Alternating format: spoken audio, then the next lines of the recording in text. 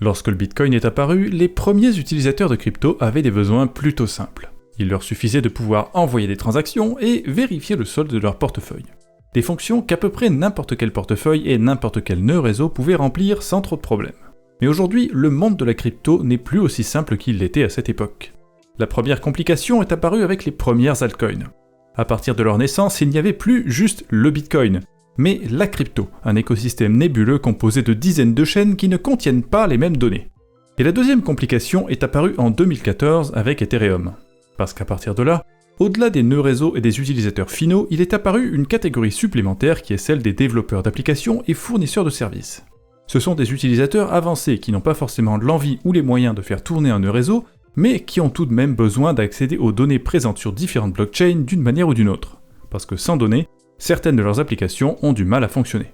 Dans un monde où les chaînes se multiplient, où chaque chaîne a son propre système d'archivage des données, et où les utilisateurs finaux sont éparpillés un peu partout, il est essentiel pour les développeurs de disposer d'outils permettant d'accéder plus facilement aux données. Et c'est dans cette optique que le réseau Lava a été créé. Il s'agit d'une chaîne de première couche basée sur le SDK Cosmos, qui est uniquement dédié à la fourniture de données. Pas question d'y faire tourner des applications de finance décentralisées ou des jeux vidéo. Ici, on est en plein dans l'arrière-boutique du Web3, en plein dans les rouages et mécanismes qui permettent à tout le reste de fonctionner. On peut dire que le réseau porte bien son nom. Dans un sens, il est comparable à la lave du monde réel dont les cendres étaient utilisées par les Romains pour fabriquer du béton qui a servi à bâtir les aqueducs qui parcourent encore notre pays, ainsi que le Panthéon de Rome qui reste à ce jour le plus grand dôme en béton non armé au monde. De la même manière, Lava Network est destiné à être utilisé pour construire des choses durables dans le temps, plus facilement, plus vite et mieux. Ce réseau est actuellement articulé autour de 3 catégories de participants: les validateurs, les fournisseurs et les développeurs. Les validateurs, comme sur tous les autres réseaux, ont pour mission de recevoir les transactions envoyées par les autres participants, de confirmer leur validité et de les annexer à la chaîne sous la forme de blocs.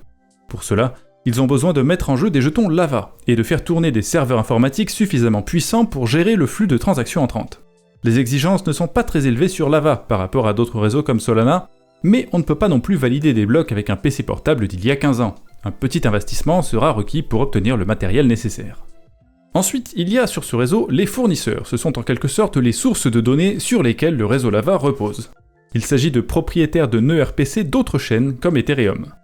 Pour ceux qui ne le savent pas, par défaut, la mission d'un nœud RPC est de transmettre des informations, dans un sens ou dans l'autre.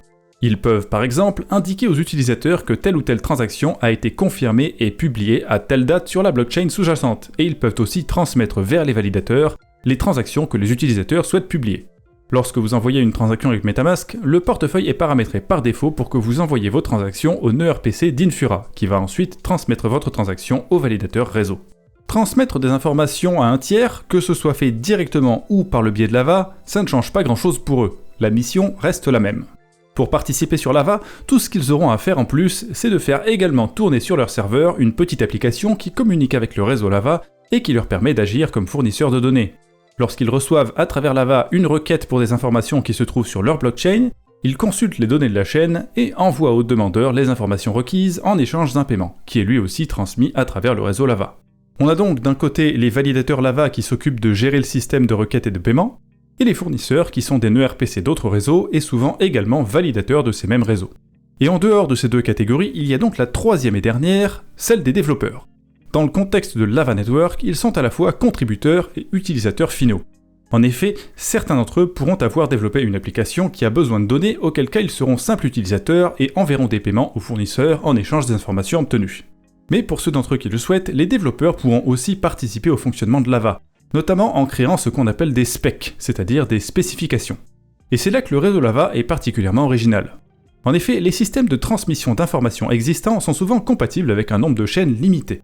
Lava fait usage des spécifications pour complètement éliminer ce problème et devenir ainsi un réseau d'informations modulaire. Car la compatibilité du réseau Lava avec des réseaux tiers ne dépend pas du protocole Lava lui-même, mais des spécifications. Et n'importe qui peut en écrire puis les publier en tant que proposition de gouvernance.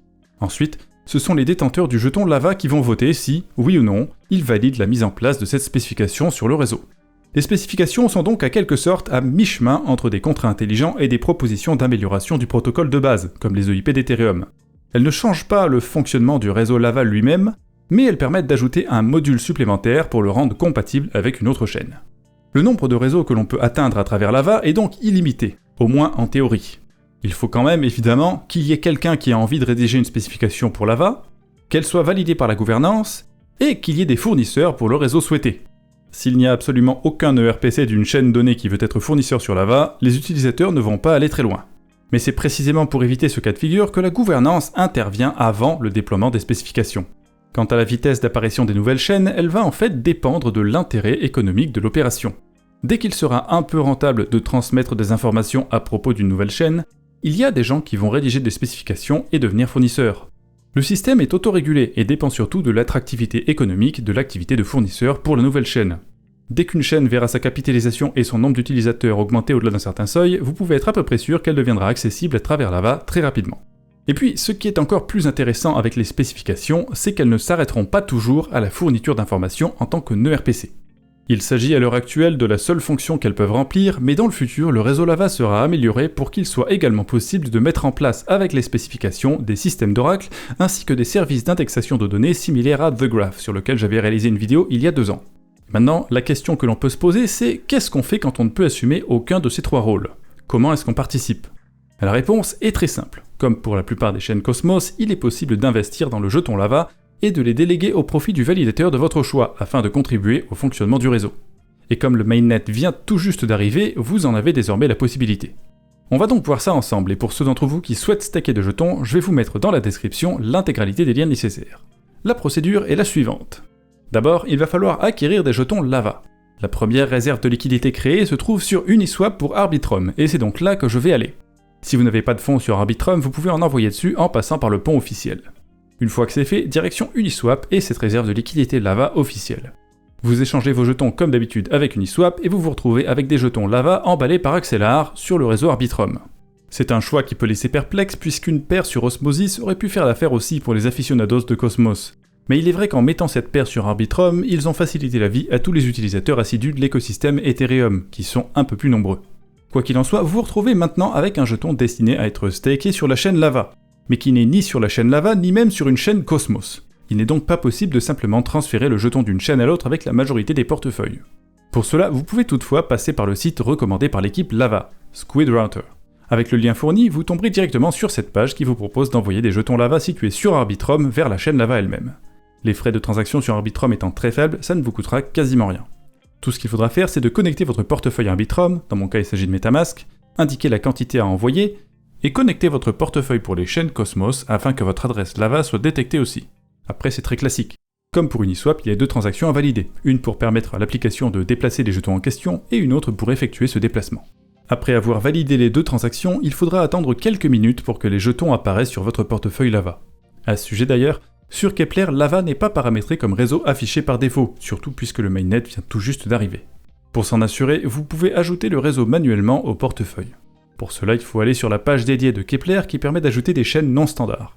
Une petite recherche pour Lava et le mainnet ainsi que le testnet s'affichent. A partir de là, vous pouvez ajouter Lava à Kepler en cliquant sur le bouton pour ensuite pouvoir visualiser vos jetons dans le portefeuille. Et l'étape suivante, c'est donc celle du staking à proprement parler, qui dépendra évidemment de votre portefeuille. Pour ceux qui ont choisi Kepler, comme moi, il faudra se diriger vers l'interface Kepler Dashboard et cliquer sur le bouton Stake. Ensuite, on peut cliquer sur Lava si la chaîne s'affiche en haut de la liste comme ici, ou bien taper Lava dans la barre de recherche. Une fois le réseau Lava sélectionné, il faudra choisir un validateur auquel déléguer vos jetons. Je vais choisir Node Guardians que je trouverai avec la barre de recherche ici. Ensuite, il n'y a qu'à cliquer sur Stake, indiquer un montant à mettre en jeu, recliquer sur Stake et valider la transaction. Une fois que ce sera fait, vous pourrez regarder dans Kepler et constater que vos jetons sont bien mis en jeu sur le mainnet Lava. En tout cas, c'est à peu près tout ce qu'il y avait à savoir sur Lava.